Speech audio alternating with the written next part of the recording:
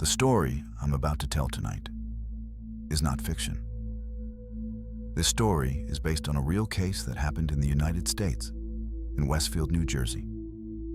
A quiet, wealthy suburban town where families moved for safety, privacy, and peace. The streets were clean, the lawns were trimmed, the houses were beautiful, old, expensive, and full of history. It was the kind of neighborhood where nothing looked wrong.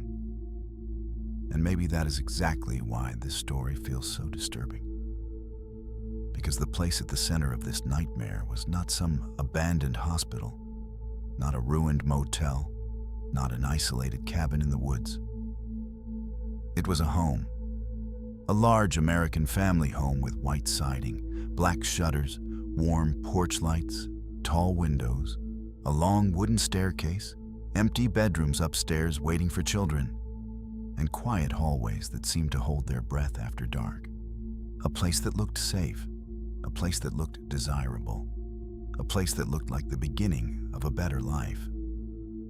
But before the family could even fully move in, someone began writing to them. Someone who seemed to know the house, someone who spoke about the children, someone who wrote as if they had been waiting for years.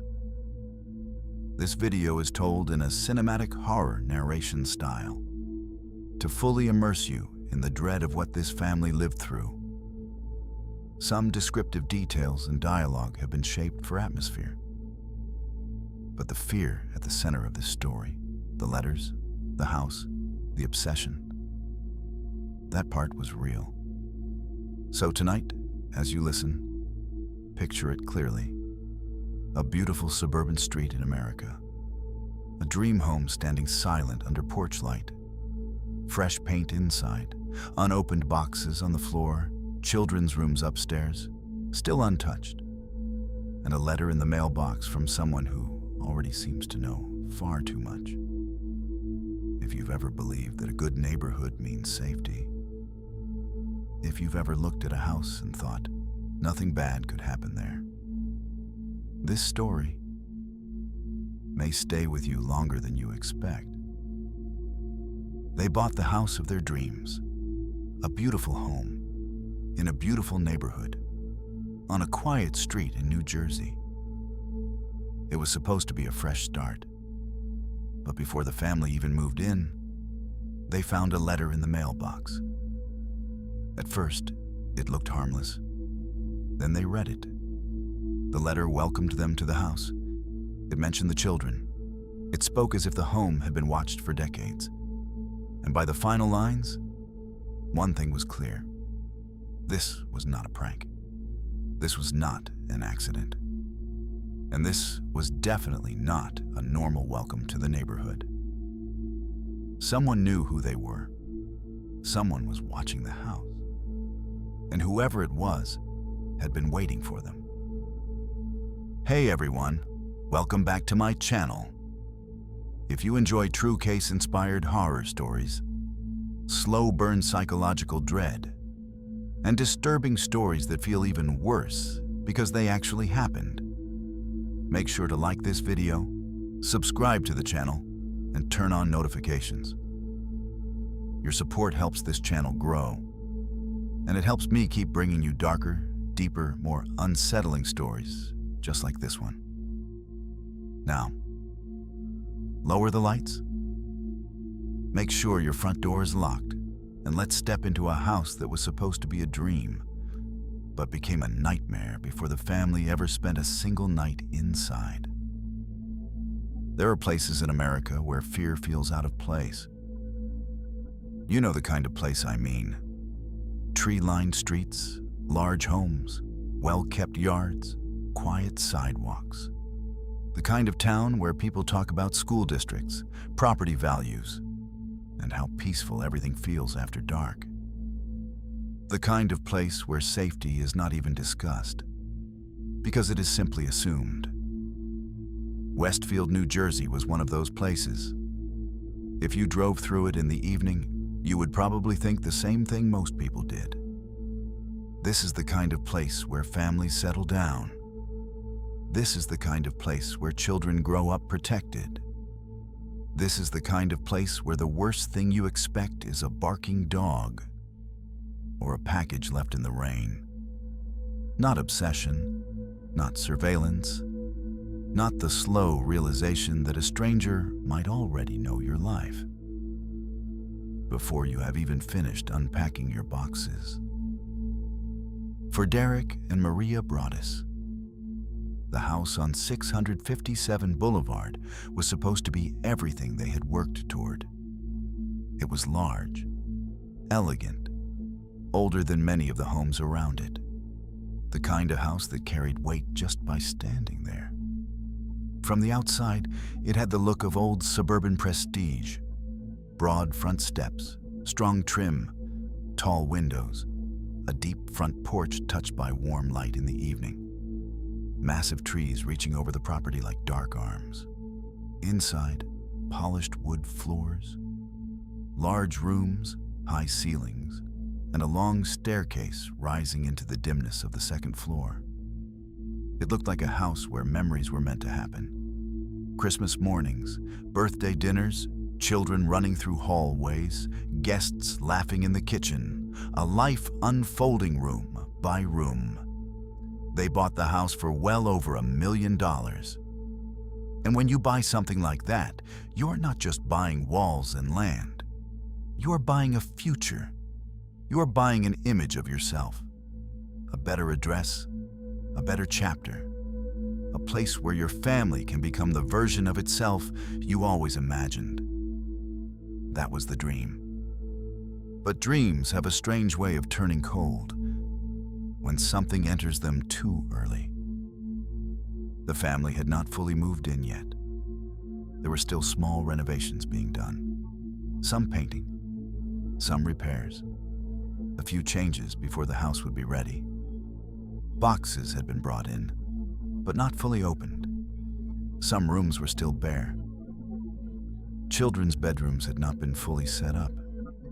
The house was caught in that in-between stage. Not empty anymore, but not yet lived in. And there is something eerie about a house in that condition. It feels paused, suspended, like it is waiting for something. Derek would sometimes go there alone in the evenings, checking on the work, carrying items inside, standing in the quiet, and trying to imagine what the place would feel like once it became home. But a large house sounds different when it is not yet full of life. The floorboards answer back. The air seems heavier. The stairway feels taller. Long hallways begin to feel like they are stretching farther than they should.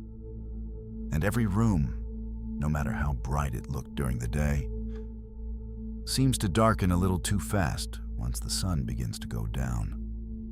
One evening, after checking on the property, Derek stepped outside and looked into the mailbox. Inside was a letter, a plain white envelope. Nothing dramatic, nothing theatrical. No blood red ink, no bizarre symbols. Nothing that would prepare you for what was inside.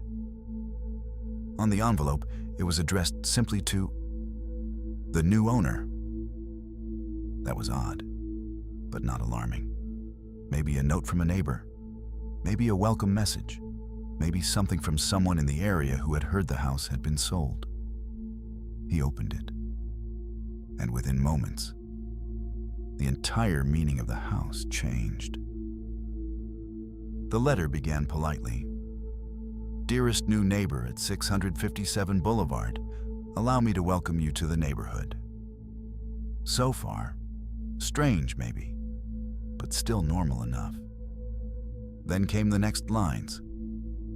The writer claimed their family had been watching the house for decades. Their grandfather had watched it in the 1920s. Their father had watched it in the 1960s.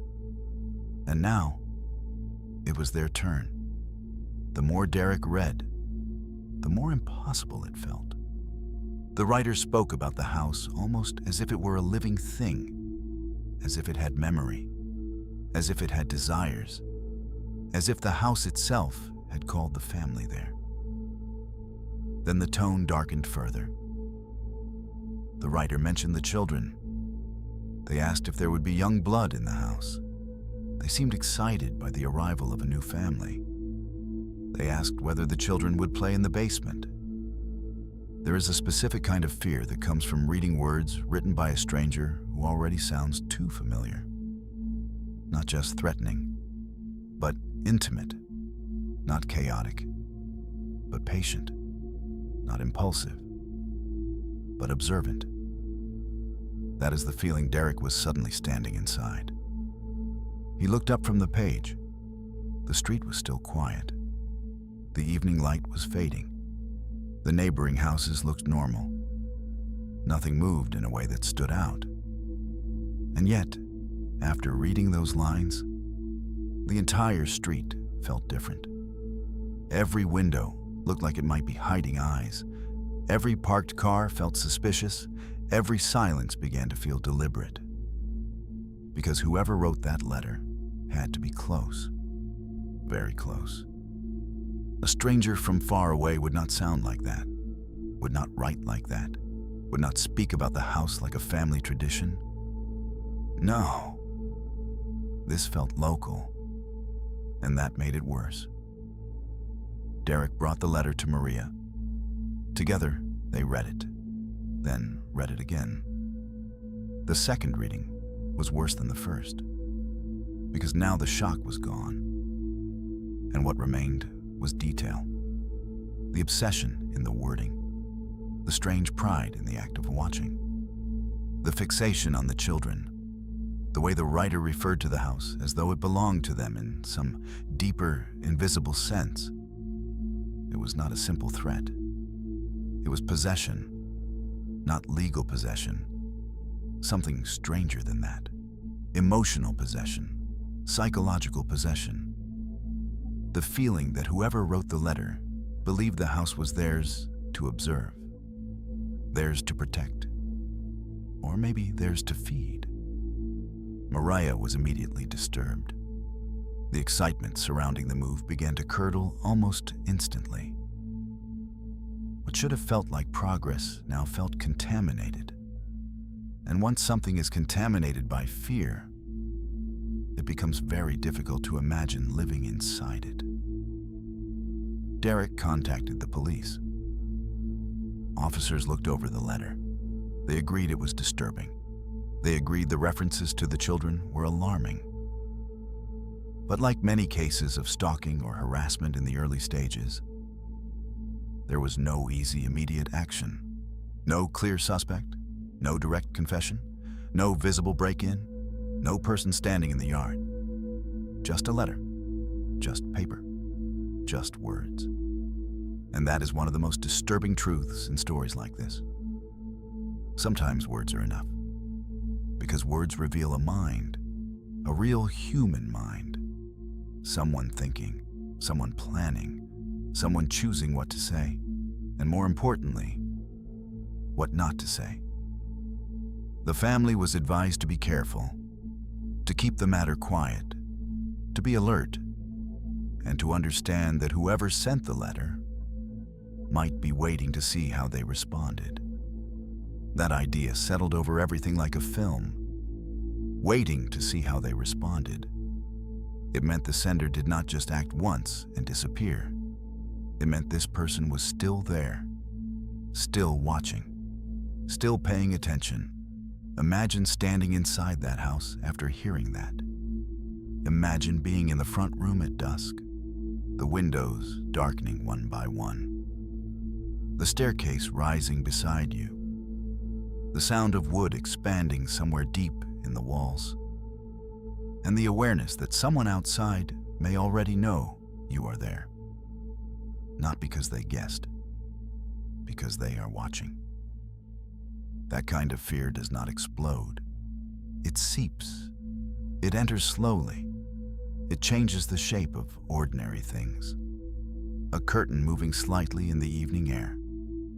A figure walking a dog too slowly past the property. A neighbor who asks a question that suddenly sounds too specific. A light across the street that stays on a little too late. Nothing is proof. But once the fear begins, everything starts to feel like it might be. Then, another letter came, and the second letter was worse, because it confirmed the first one had not been random. Whoever was writing them was still engaged, still interested, still close enough to gather new details. The family began to feel something far more corrosive than panic: helplessness. If the first letter had been a shock, the second made the situation feel active, ongoing, alive. And now the question wasn't just who wrote the first one. Now it was, how much do they know? How long have they been watching? And what exactly are they waiting for? The children were mentioned again. The house was spoken about again in language that made it feel less like property and more like a presence. A thing waiting to be filled. A thing waiting to receive the family. At some point, the family stopped looking at the house like an investment and began looking at it like a trap. That is the kind of psychological damage obsession can cause. It steals the future first, before anything physically happens. It takes the image you had of tomorrow and corrupts it. The children were supposed to sleep upstairs. Now those bedrooms felt exposed. The basement was supposed to be extra space. Now it sounded sinister just to mention it. The front yard was supposed to feel open and welcoming. Now it felt like a stage. Investigators began looking into the case. The previous owners were contacted. Neighbors were considered. The history of the house was examined. Possible motives were discussed. Was it envy? Was it resentment over the sale? Was it mental illness? Was it someone from the neighborhood with a long-standing fixation on the property? Was it someone trying to drive the family away? There were theories. There were suspicions. There were names that surfaced. But certainty never arrived cleanly. And uncertainty can be worse than a confirmed threat. A confirmed threat gives you direction. Uncertainty gives you everyone. Now every interaction in the neighborhood carried new weight. A smile could mean nothing, or it could mean too much. A neighbor mentioning the house's history could be harmless, or it could be a sign that they thought about it more than normal people should. An eccentric person became more unsettling. A quiet person became suspicious. Someone overly curious became impossible to ignore. The family found themselves trapped in a horrible psychological loop. They needed answers, but in searching for answers, the whole neighborhood became distorted. Because paranoia rarely arrives looking dramatic. It arrives disguised as vigilance. It says, be careful. Then it says, watch more closely. Then eventually it says, trust no one. And when a family can no longer trust the environment around their home, the home begins to die.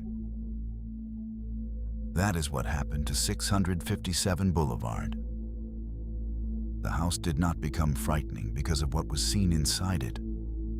It became frightening because of what could not be seen outside it. That is an important difference. There was no shadow in the upstairs hall. No intruder caught on camera in the living room. No broken lock. No blood on the floorboards. No violent midnight pounding on the door. Just letters. Letters that turned silence into pressure. Letters that made every window feel two-sided. Letters that made the house feel observed from beyond its own walls. Imagine trying to move your family into a place after that. Imagine carrying a box into the kitchen while thinking about the person who wrote. Asking about your children. Imagine standing in one of the upstairs bedrooms while realizing that someone outside may already know exactly which room will belong to which child.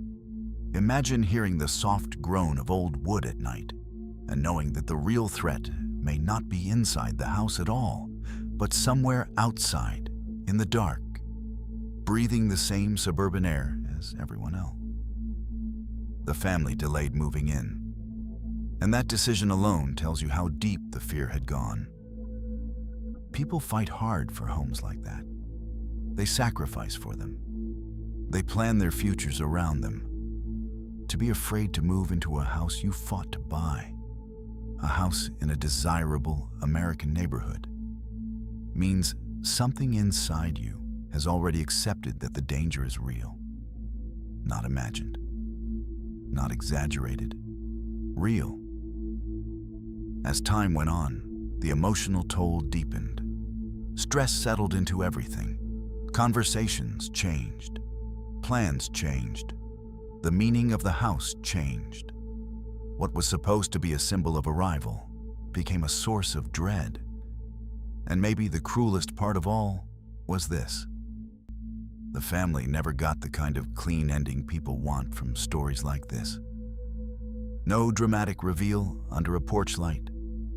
No final confession in a police interview room. No perfect explanation that returns everything to normal.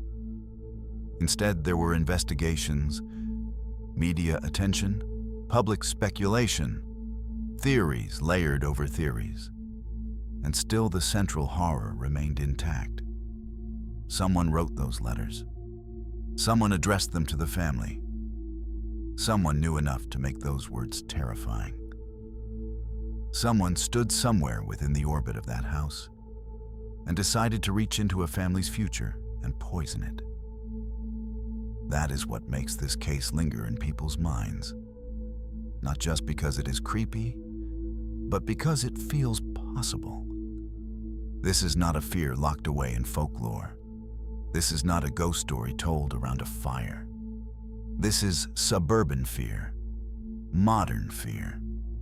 The fear that privacy is thinner than we pretend it is. The fear that a beautiful neighborhood can hide ugly minds. The fear that a person does not have to touch your home to enter it. Because once the letters arrived, the writer was already inside. Inside the family's thinking, inside their routines, inside every decision they made about the house. That is real intrusion, maybe even more powerful than forced entry. The home itself became infected by anticipation. Even empty rooms no longer felt neutral. The stairway was no longer just a stairway. It was a path to the children's rooms. The basement was no longer just storage space. It was something the writer had specifically mentioned. The windows were no longer sources of light. They were points of exposure. And the mailbox? The mailbox became a mouth. A place where dread could appear in silence. No scream. No warning. Just another envelope waiting in the dark. If you picture it clearly enough, it becomes easy to understand why this story unsettled so many people across America. Because the house itself looked like safety.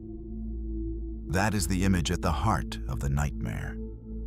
A gorgeous home on a quiet street. Warm exterior lights, clean sidewalks, trees shifting softly at dusk. The sort of place where people walk past and think. I would love to live there. And yet for the family who bought it, the house became unbearable before life inside it had even begun. That is not just haunting. That is theft. The theft of safety. The theft of excitement. The theft of the future they thought they were building. And somewhere behind that theft, behind every line of those letters, was a person who likely looked ordinary. That may be the darkest part. Not a monster, not an apparition, not some impossible force. Just a person, a neighbor, a watcher, a mind hidden behind normal eyes. Someone who understood exactly how powerful imagination could be once fear had been planted in the right place. In the end, What happened at 657 Boulevard remains disturbing because it never fully resolves into something small. It refuses to shrink. The case sits there, still unsettling, because it touches a very deep nerve in people. Home is supposed to mean control. It is supposed to mean boundaries. It is supposed to mean that whatever is outside stays outside. But this story tears that belief open. It asks a terrifying question. What if someone can invade your home without ever walking through the door? What if they can stand at a distance, write a few careful sentences, and change the emotional architecture of the place forever? What if all it takes is one letter, one mention of your children, one reminder that someone sees more than they should, and suddenly the house you loved no longer belongs to you? That is why this story stays alive. Because the house was real, the family was real, the fear was real, and somewhere, somehow, there was a real person who wanted them to know one thing above all else. They were being watched, not in the wilderness, not in some forgotten ruin, not far from civilization, but in suburban America, on a beautiful street, at the doorstep of their dream home. And maybe that is why stories like this hit harder than any ghost story ever could. Ghosts belong to legend, but a watcher can live next door.